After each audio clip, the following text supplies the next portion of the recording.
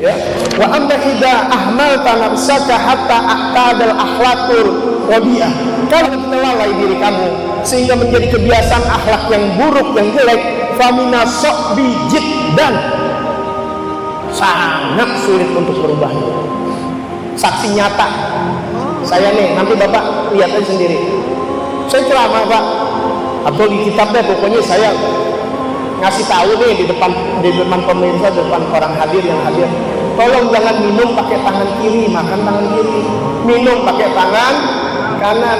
Udah ngomong begitu, saya makan kan biasa maulid ya, jadi pojokan ada aki-aki masih minum pakai tangan kiri.